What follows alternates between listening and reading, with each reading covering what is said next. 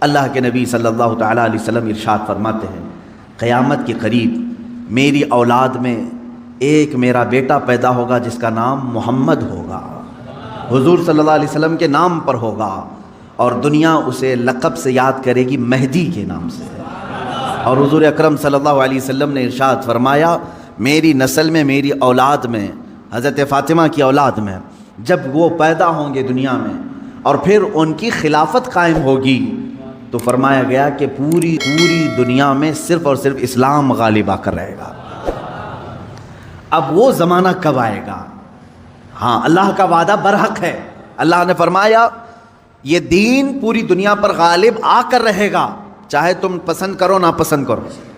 اب میری گفتگو کو بھی بہت سارے لوگ ناپسند کریں گے، وہ یہی کہیں گے ایک سمپردائک بھاشن ہے، یعنی ایک دوسرے کے بھید بھاؤ کی بات نہیں۔ عزیزان گرامی وقار، اب رسول پاک صلی اللہ تعالیٰ علیہ وسلم کے فرمان کا مقصد میں آپ کو سمجھاؤں۔ حضور نے فرما دیا، قیامت کے قریب میری اولاد میں میرا ایک بیٹا پیدا ہوگا جس کا نام میرے نام سے مشابہ ہوگا، یعنی محمد، اور اسے پورا زمانہ امام مہدی۔ رسول پاک صلی اللہ تعالیٰ علیہ وسلم کے فرمان کا مقصد میں آپ کو سمجھاؤں۔ حضور نے فرما دیا، قیامت کے قریب میری اولاد میں میرا ایک بیٹا پیدا ہوگا جس کا نام میرے نام سے مشابہ ہوگا، یعنی محمد، اور اسے پورا زمانہ امام مہدی کے نام سے یاد کرے گا، اور وہ پوری دنیا میں، کائنات میں اسلام کو غالب لا کر رہیں گے۔ اسی زمانے میں عیسیٰ علیہ السلام کا نزول بھی ہوگا۔ حضرت عیسیٰ علیہ السلام آسمانوں پر آج بھی باحیات ہیں، یہ ہمارا عقیدہ ہے سارے مسلمانوں کا۔ امام مہدی کے زمانے میں عیسیٰ علیہ السلام اتریں گے۔ یہ کون سا علاقہ ہوگا، اس کے متعلق حدیثیں ہیں۔ حضرت امام مہدی کا جو ظہور ہے یہ کب پیدا ہوں گے یہ نہیں معلوم، ظاہر ہوں گے، پیدا ہو چکے ہوں گے، آج بھی ہو سکتا ہے، ممکن ہے، پاسبل ہے۔ جب ان کی عمر پاک 30-40 سال کے آس پاس ہوگی اور یہ مکہ مکرمہ میں خانہ کعبہ کے طواف کے دوران ایک لشکر آئے گا جو خانہ کعبہ کو ڈھانے کی کوشش کرے گا، حملہ کرے گا، اور حضرت امام مہدی دعا کریں گے، آپ کی دعا کی بدولت اللہ تعالیٰ اس آئے ہوئے لشکر کو زمین میں دھنسا دے گا۔ لوگ اسی دن پہچان لیں گے اور ان کے ہاتھ پر خانہ کعبہ کے سامنے بیعت کریں گے۔ اب یہاں سے امام مہدی کا ظہور ہوگا، لیکن اتنا آسان نہیں ہے کہ سب مہدی مہدی کرتے ہوئے ان کے پیچھے چل پڑیں گے، بلکہ ان کے جانی دشمن بن جائیں گے وہاں کچھ لوگ جو ان کو قتل کرنے کی یا ہلاک کرنے کی کوشش کریں گے۔ امام مہدی اپنے متبعین کو لے کر ملک شام کی طرف چلے جائیں گے۔ اب ملک شام وہ ہے جس زمین کو میرے آقا صلی اللہ تعالیٰ علیہ وسلم نے ارشاد فرمایا یہ حشر کی زمین ہے، یہ حشر کی زمین ہے، سارے لوگ ہانکتے ہوئے ادھر ہی لے جائے جائیں گے۔ آج شام سے سب بھاگ رہے ہیں، بمباری ہو رہی ہے، لیکن میرے آقا نے فرمایا ایک زمانہ ایسا آئے گا کہ سب ہجرت کر کے ملک شام کی طرف جا رہے ہوں گے، سب جمع ہو رہے ہوں گے، ملک شام جمع ہو رہے ہوں گے، اور وہاں امام مہدی پہنچیں گے، اور وہاں آپ کی خلافت قائم ہوگی، اور عدل و انصاف اس قدر ہوگا کہ پھر وہ زمانہ آئے گا کہ شیر اور بکری ایک ساتھ چر رہے ہوں گے، کوئی ایک دوسرے پر حملہ نہیں کرے گا، اتنا امن قائم ہوگا۔ یہ رسول پاک صلی اللہ علیہ وسلم کی احادیث میں ہے۔ اب امام مہدی کی امامت کے دوران وہ فجر کا وقت ہوگا جب حضرت عیسیٰ علیہ السلام آسمان سے اتریں گے، اور جماعت کھڑی ہونے والی ہوگی، قائم ہونے والی ہوگی۔ حضرت عیسیٰ علیہ السلام ایسے اتریں گے جیسے ان کے جسم پر نہائے ہوئے قطرے ٹپک رہے ہوں۔ آپ کو حضرت امام مہدی پہچانیں گے اور آپ کو لا کر کے مصلی کی طرف بڑھائیں گے۔ نبی اللہ ہیں، روح اللہ ہیں، عیسیٰ ابن مریم سلام اللہ علیہ، قرآن پاک میں جن کے تذکرے ہیں، وہ کوئی ایک دوسرے پر حملہ نہیں کرے گا، اتنا امن قائم ہوگا۔ یہ رسول پاک صلی اللہ علیہ وسلم کی احادیث میں ہے۔ اب امام مہدی کی امامت کے دوران وہ فجر کا وقت ہوگا جب حضرت عیسیٰ علیہ السلام آسمان سے اتریں گے، اور جماعت کھڑی ہونے والی ہوگی، قائم ہونے والی ہوگی۔ حضرت عیسیٰ علیہ السلام ایسے اتریں گے جیسے ان کے جسم پر نہائے ہوئے قطرے ٹپک رہے ہوں۔ آپ کو حضرت امام مہدی پہچانیں گے اور آپ کو لا کر کے مصلی کی طرف بڑھائیں گے۔ نبی اللہ ہیں، روح اللہ ہیں، عیسیٰ ابن مریم سلام اللہ علیہ، قرآن پاک میں جن کے تذکرے ہیں، وہ اللہ تبارک و تعالیٰ کی نشانیوں میں سے ایک نشانی ہے، وہ عیسیٰ آئیں گے۔ اب وہ نبی جب امام مہدی ان کو آگے بڑھائیں گے، حضرت عیسیٰ علیہ السلام امامت کے لیے آگے نہیں بڑھیں گے، اور کیا فرمائیں گے؟ ارشاد فرمائیں گے کہ یہ مسلح امامت امت محمدیہ کا حق ہے، آپ امت مصطفیٰ ہیں، آپ امامت کریں، ہم مقتدی بنتے ہیں۔ اللہ اکبر، رسول پاک صلی اللہ علیہ وسلم کے مقتدی بنے سارے انبیاء، یہ تو معلوم ہے، لیکن رسول کی ایک امتی کے مقتدی بھی عیسیٰ علیہ السلام بن رہے ہیں۔ میرے عزیزو، یہاں نبوت کا درجہ گھٹانا مقصد نہیں ہے، بلکہ یہاں امت مصطفیٰ کی فضیلت بتانا ہے۔ امام مہدی کی امامت ہوگی، اس کے بعد پھر جو دنیا میں حالات ہوں گے وہ کیا ہوں گے؟ دجال آ چکا ہوگا، اور دجال اپنے فتنے پھیلا رہا ہوگا، اور اب دجال کو کون مارے گا، کون ختم کرے گا؟ سارے لوگ پریشان ہو چکے ہوں گے، قتل عام کر رہا ہوگا لوگوں کو، ایمان والوں کا، جو اسے خدا کہے اسے چھوڑ دے، اور جو اسے خدا نہ مانے اسے دونوں پیر پکڑ کر چیر دے، یا گرم کھولتے ہوئے تیل میں ڈال دے، ظلم و ستم کی حد کر دے گا۔ کچھ لوگ ڈر کر کے کفر کر دیں گے، شرک میں مبتلا ہو جائیں گے، اور کچھ ایمان پر قائم رہیں گے، لیکن یہ زمانہ زیادہ دن تک نہیں چلے گا۔ حضرت عیسیٰ علیہ الصلاۃ والتسلیم کے نزول کے بعد عیسیٰ علیہ السلام کی جہاں تک خوشبو جائے گی یا ہوا انہیں مست کر کے نکل رہی ہوگی، تو وہ ہوا دجال کو جیسے لگے گی وہ پگھلتا جائے گا، جیسے موم آگ کی گرمی سے پگھلتا ہے، دجال عیسیٰ علیہ الصلاۃ والتسلیم کی دوری کی ہوا سے ہی پگھل رہا ہوگا۔ یہاں تک کہ مقام لد ایک جگہ ہے، اسرائیل میں ہے وہ آج، اور دنیا کا بڑا ایئرپورٹ انہوں نے وہاں پر بنایا ہے، مقام لد کا ایئرپورٹ بھی بنا ہوا ہے، اور حدیث پاک میں ہے عیسیٰ علیہ السلام مقام لد پہ اس کو اپنے تیر سے نشانہ بنائیں گے اور قتل کر دیں گے، اور امت مصطفیٰ کا یہ آخری فتنہ بھی ختم ہو جائے گا۔ اب اس کے بعد کیا ہوگا؟ وہی آیت جو میں نے تلاوت کیا، اللہ نے فرمایا هو الذی ارسل رسولہ بالہدی ودین الحق لیظہرہ علی الدین کلہ، وہ اللہ ہے جس نے اپنے رسول کو دنیا میں بھیجا ہے ہدایت کے ساتھ اور دین حق کے ساتھ، اس لیے کہ اس رسول کا دین پوری دنیا پر غالب آ کر رہے۔ اب یہ دین غالب آئے گا دجال کے خاتمے کے بعد امام مہدی کے ہاتھوں سے۔ ہر ملک یا ہر سلطنت جہاں کہیں تخت ہوگا وہاں پرچم صرف اسلام کا لہرا رہا ہوگا۔ وہ زمانہ آئے گا، وہ غالب ہو کر رہے گا دین، اور اللہ رب العزت نے یہ ارشاد فرمایا ہے کہ تم پر کسی اور کو پھر اللہ غلبہ نہیں دے گا۔ یہ زمانہ بھی کافی سال تک چلے گا، لیکن اس غلبہ اسلام سے پہلے کیا کیا ہونا ہے وہ بھی تو ہمیں جاننا ضروری ہے۔ آج کے وہی حالات ہیں جو مجھے اس گفتگو پر آمادہ کر رہے ہیں۔ میں نے بات تو کہہ دی آپ کو، حدیث کی روشنی میں بتا دیا کہ اسلام غالب آئے گا پوری کائنات پر دجال کے خاتمے کے بعد اور امام مہدی کے ہاتھوں سے۔ اب یہ دو بڑی نشانیاں حضور نے فرمائی، ایک تو حضور کی آل میں سادات میں امام مہدی پیدا ہوں گے، دوسرے کہ دجال آئے گا۔ یہ دونوں کا زمانہ ایک ہے۔ یہ کب ہوگا؟ کیا اس سے پہلے کچھ نشانیاں ہیں کہ دجال آنے والا ہے؟ میرے عزیزو، ہم سے زیادہ نشانیاں یہودی پڑھ کر کے انتظار میں ہیں، عیسائی پڑھ رہے ہیں۔ ایک بات یاد رکھیں، دجال کے دشمنوں میں ہم ہیں اور عیسائی ہیں۔ وہ دجال کو بھی اپنا دشمن سمجھتے ہیں، عیسائی، وہ اینٹی کرسٹ ہے، عیسائیوں کا بھی وہ دشمن ہے، لیکن یہودی اس کو اپنا مسیحا سمجھتے ہیں۔ وہ کہتے ہیں ہمیں نجات دلانے والا، ہمیں پوری دنیا میں غالب کرنے والا۔ جیسے آج ہم حدیث پاک پڑھ کر کے کہہ رہے ہیں امام مہدی آئیں گے اور پوری دنیا میں اسلام غالب ہوگا، یہودی یہ کہتے ہیں لوسیفر آئے گا یا دجال آئے گا، جس کو وہ مسیحا کہہ رہے ہیں، اور وہ ان کو نجات دلائے گا سارے ظلموں سے اور پوری دنیا میں ان کی حکومت قائم کرنے میں ان کی مدد کرے گا۔ اور اس لیے دجال کے آنے سے پہلے جو جو نشانیاں ہونی ہیں یہ یہودی خود کر کے دکھا رہے ہیں۔ کیا ہے؟ بڑی مقدس کتابوں میں یہ باتیں لکھی گئی ہیں۔ دیکھنا، دجال کے آنے سے پہلے دنیا میں ایک بڑی علامت یہ ظاہر ہوگی کہ دنیا حق کو باطل بنا کر پیش کرے گی اور باطل کو حق بنا کر پیش کرے گی۔ یہ ہے آج، سچ کو جھوٹ میں تبدیل کر کے دکھا دیا جائے، شعبدہ بازی۔ اور اچھے خاصے لوگ بھی، پڑھے لکھے لوگ بھی اس کو جھوٹ سمجھنے لگ جائیں، یعنی سچ کو جھوٹ بنانا اور جھوٹ بات کو سچ سمجھانا. یہ اس کام میں اگر سب سے زیادہ مہارت کسی کو ہے تو یہ دجالی میڈیا کو ہے. میڈیا آج دجال کے آنے کے راستے ہموار کر رہی ہے، اور خود عالمی میڈیا کی بات کر رہا ہوں میں، پوری دنیا کی میڈیا اس میں ملوث ہے.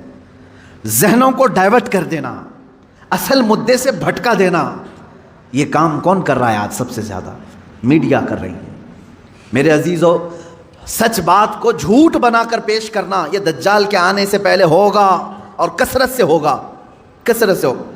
یوں سمجھ لیں ایک پرہیزگار متقی شخص کو لا کر کھڑا کر دیا جائے گا اور اسے 100 لوگ بولیں گے یہ چور ہے، چور ہے، چور ہے، اور دنیا سمجھنے لگے گی کہ ہاں شاید چور ہے. دنیا سمجھنے لگ جائے گی. یعنی تقریباً 90% لوگ ان کی باتوں پر یقین کرنے لگ جائیں گے کہ شاید یہ چور ہے، شاید یہ چور ہے. اور اسی طرح کسی ظالم منحوس چور کو لا کر کے وہ کھڑا کریں گے اور کہیں گے یہ پرہیزگار ہے، یہ پرہیزگار ہے، پرہیزگار ہے، اور دنیا اس کو پرہیزگار سمجھنے لگ جائے گی.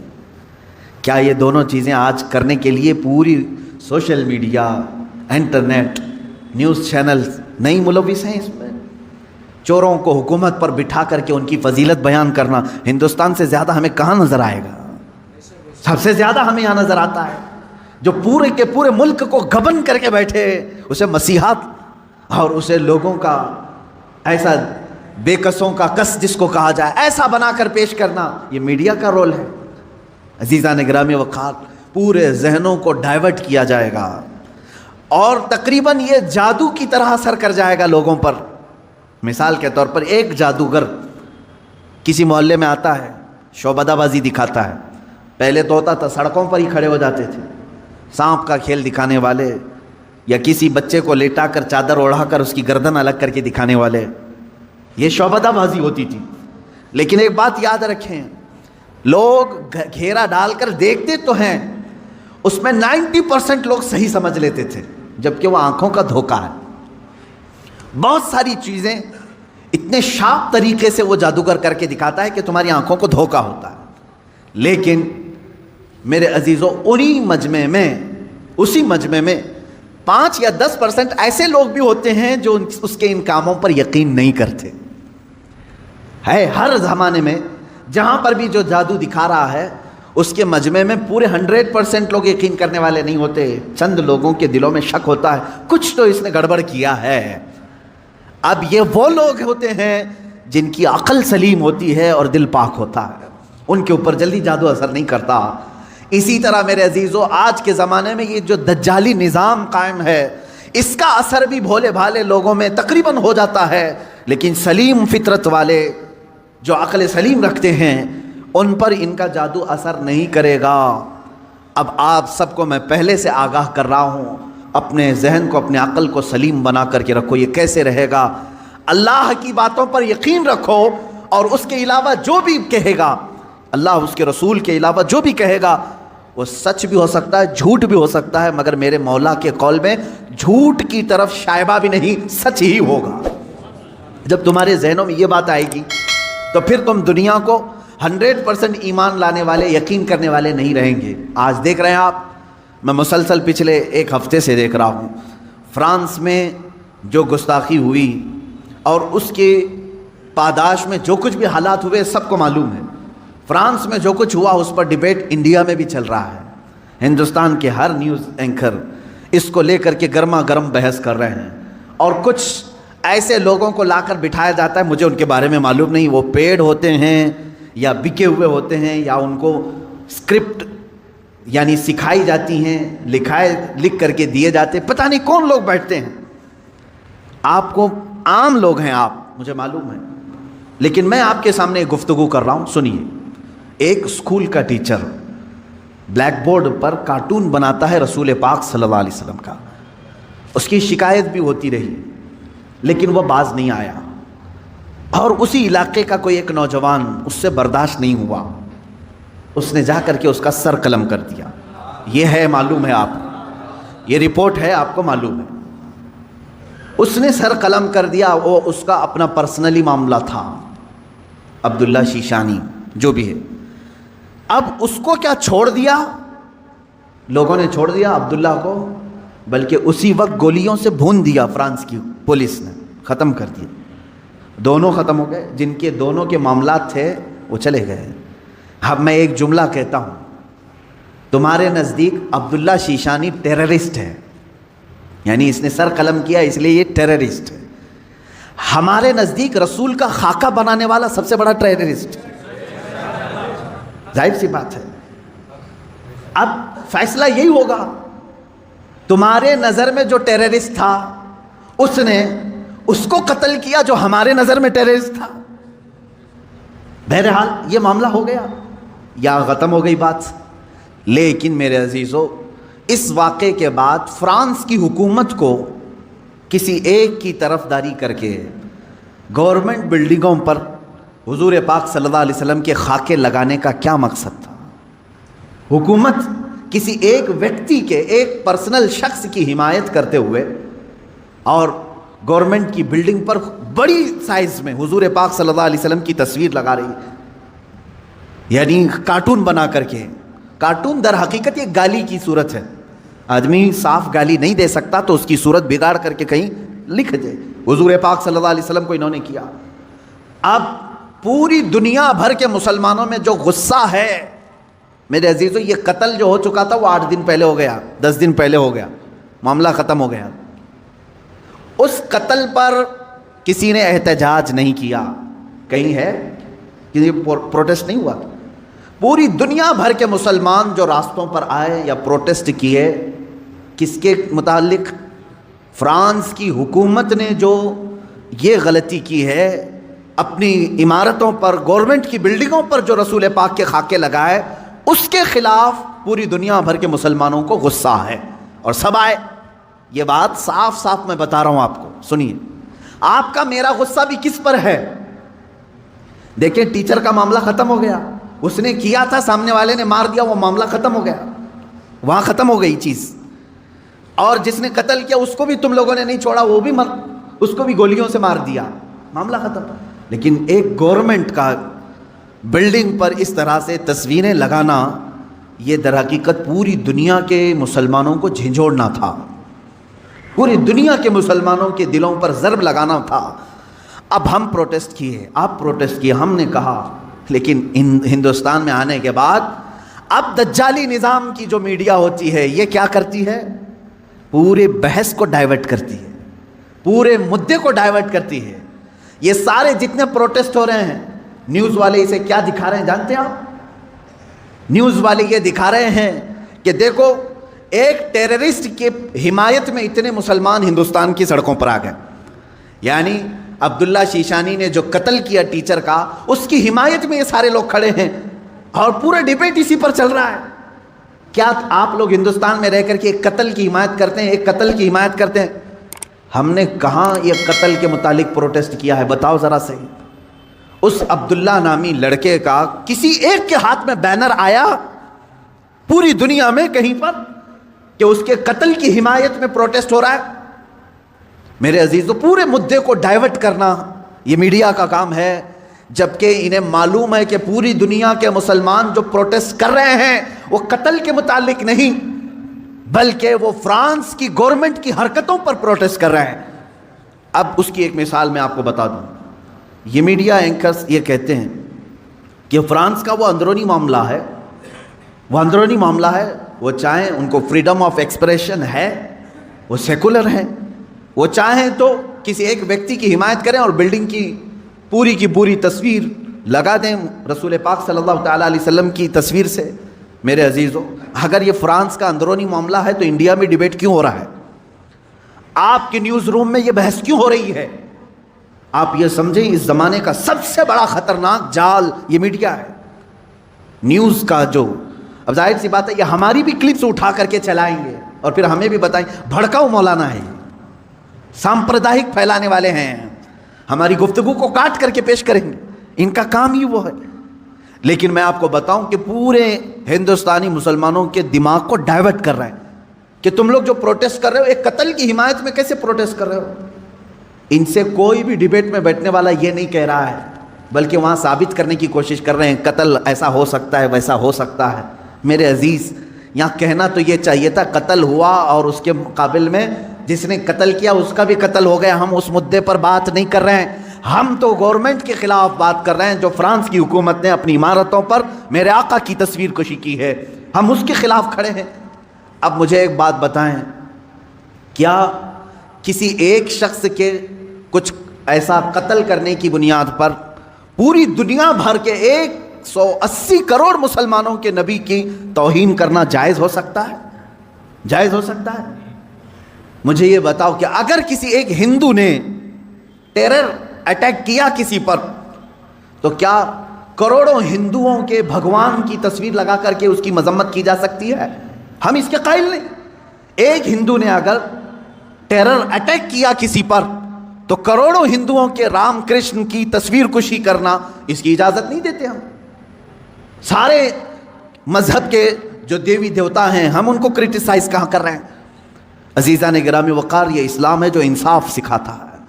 اگر کسی ایک کے ساتھ کچھ معاملہ ہوا ہے تو اس کے پورے گھر کو لے کر کے نہ گرفتار کرو، اس کے پورے دین پر انگلی نہ اٹھاؤ۔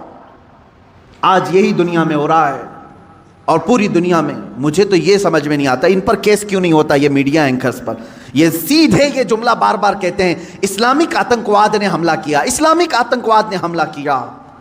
جانتے ہیں آپ، کبھی ان لوگوں نے نیوزی لینڈ میں ہونے والے اس حملے کو عیسائی آتنکوادی کہا تھا جو ایک ظالم وحشی نے بندوق سے 60-70 مسلمانوں کو جو نماز میں تھے قتل کر دیا، شوٹ کر دیا؟ کیا آپ کو نہیں معلوم اس وقت یہ میڈیا والوں نے کیا عیسائی آتنکواد کہا تھا؟